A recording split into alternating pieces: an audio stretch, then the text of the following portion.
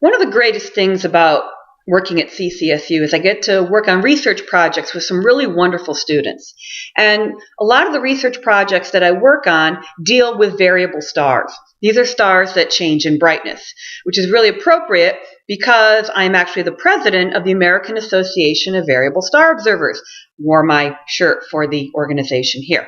Now, this is a research poster that was done by one of my students, looking at particular types of variable stars that change in brightness because there's two stars orbiting each other and the star's gravity makes them not round.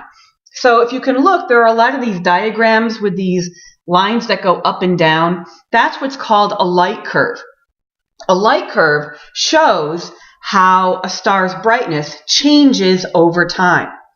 And in order to be a variable star, you have to change brightness over time. Now, there's a particular kind of variable star that's incredibly important to astronomers because it allows us to get the distances to galaxies, and that's called a Cepheid. Cepheid. This is a type of variable that was discovered many years ago that has a particular kind of light curve. The way that it changes in brightness is very specific. But again, the important thing is distance. So how is distance related to varying in brightness? Well, in the early part of the 20th century, a female astronomer working at Harvard, Henrietta Leavitt, was looking at photographic plates of two small satellite galaxies that orbit the Milky Way. Those are called the Magellanic Clouds, the Large Magellanic Cloud and the Small Magellanic Cloud. And what she noticed was that for this particular class of variables, for the Cepheids, the longer it took the star to vary, the brighter the star appeared to be. Now, that by itself is not interesting because remember that there are different reasons why a star could vary in brightness. It could why a star could be brighter. A star could appear brighter because it was closer, or a star could be brighter because it actually puts out more light.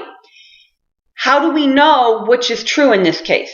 Well, the key is that she found these variables in a particular satellite galaxy.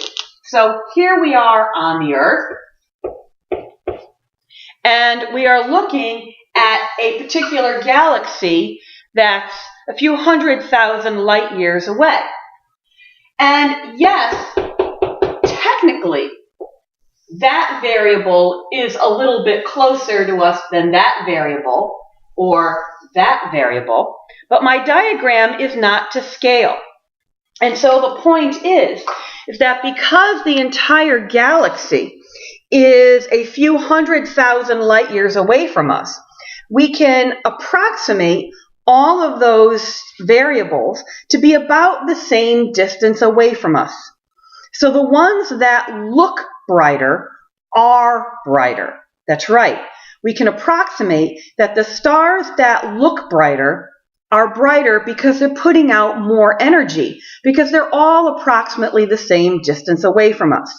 So what Henrietta Leavitt found was that the longer it takes a Cepheid variable to pulsate, the more energy it actually puts out. That's called the period luminosity relationship, or as we sometimes call it today, Leavitt's law. So what we can do is if we have a Cepheid variable and we look at how long it takes to pulsate, get its period, we can use Leavitt's law to figure out its true energy output. If we know its true energy output and we compare that to how bright the star looks, that comparison gives us the distance to that Cepheid. And therefore we can figure out the distance to the galaxy that Cepheid is in, and that's what allows us to get the distances to many galaxies. That's actually how Hubble proved that there were other galaxies other than the Milky Way. He found Cepheid variables in these other galaxies and figured out roughly their distances.